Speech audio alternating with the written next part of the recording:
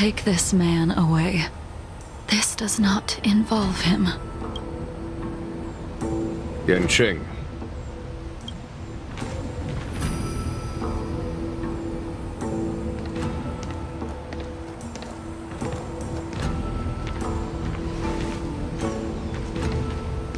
And so, everyone is present.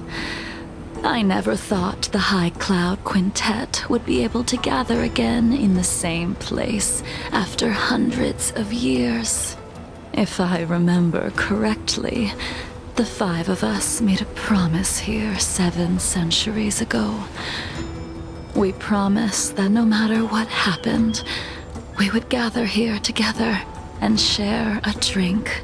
How sad that Scale Gorge waterscape remains empty while the world continues to turn. Some of us have been reborn, while others were denied death. Some have become criminals, while others can no longer fulfill their promises. And in the end, our friendship is no more. Soon, I will be shackled and tried. This will be the last you see of me. This is why I sent out the invitations before departing, hoping that everyone would be gathered here for my final farewell. Of 5 people, 3 must pay a price. Imbibitor Lunae, the chief culprit, chose to use the transmutation arcanum as a means of resurrection, begetting terrible transformation and great calamity in the process. He dishonored the name of the fallen, Ying Sing, the accomplice, arrogant and oblivious, used the flesh of the Abundance Emanator to assist Imbibitor Lunae in his evil. He fell, becoming an immortal abomination. As for Jingliu, the sinner, she succumbed to Mara, slaughtered her people, and abandoned her oath. Now it is time we pay for what we have done. Dan Heng, you can never escape the shadow of Imbibitor Lunae. He is your origin, and his sins will accompany you in your path forward until you meet your eventual doom. Blade, what a fitting name. In the remainder of your infinite life, you will experience only murder and your own death, all the while pleading for a place to rest. This is the only way you are able to relinquish Ying Sing's regrets.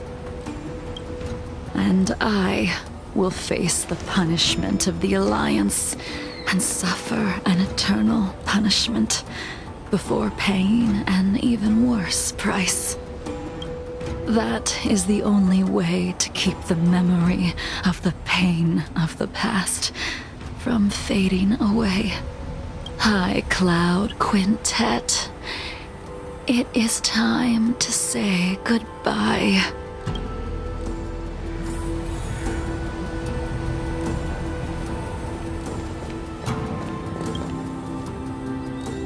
A wineless gathering, accompanied by only sadness and bitterness. What a depressing reunion.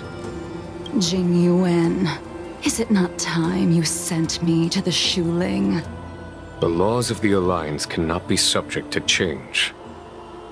Unfortunately, your next stop will be the Yuchi.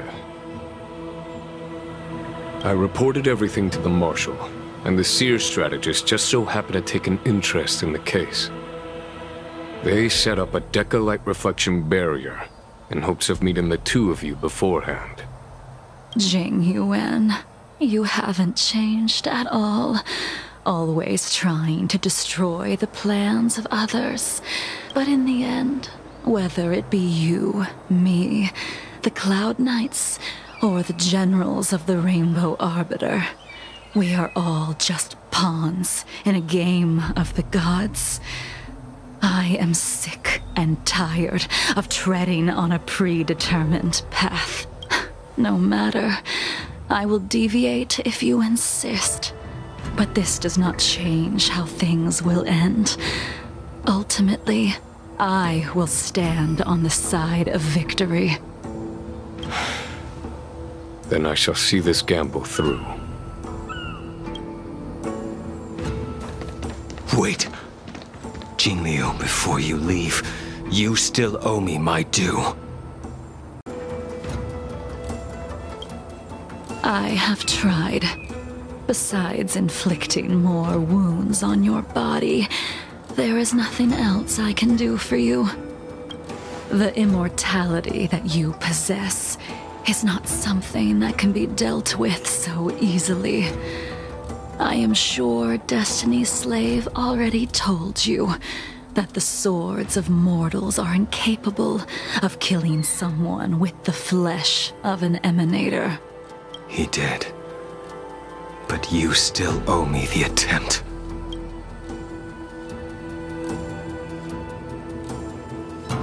I told you when I taught you the way of the sword.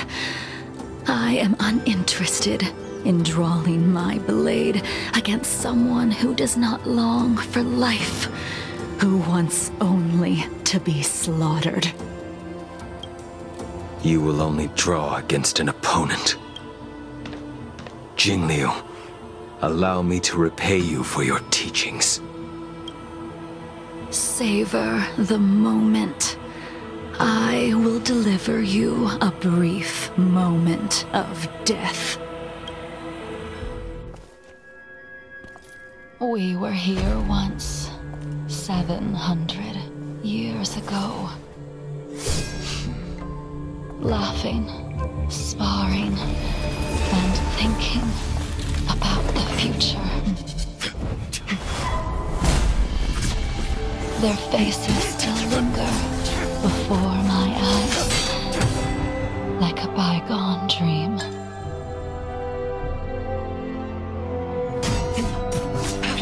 I thought those joyful days would flow indefinitely before us, like a Ciancho lifetime. Yet, dreams will eventually fade like clouds from the sky.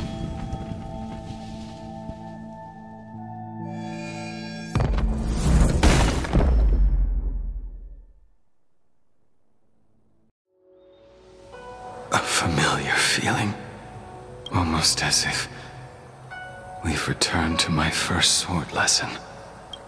You used the sword Insing crafted, and pierced, sliced, and impaled me time and time again.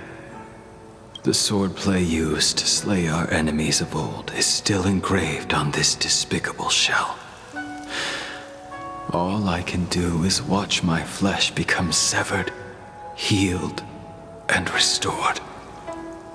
It's as if they're saying, Why?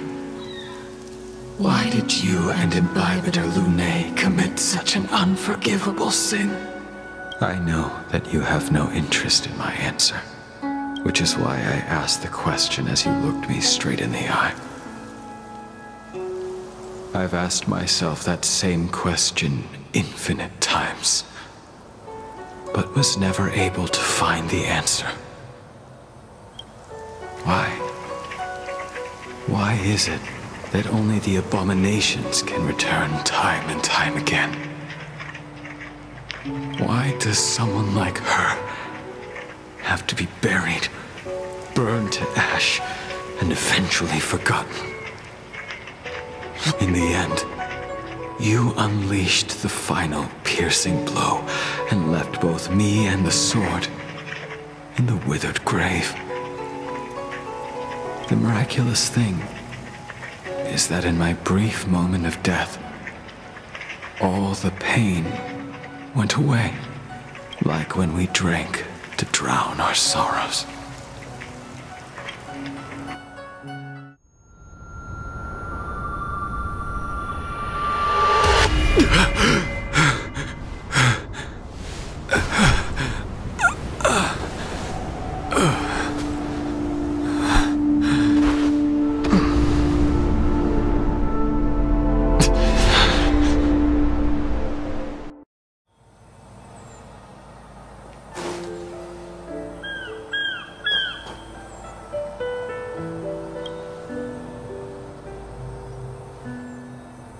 Imbibitor Lunae, what do you plan on doing next?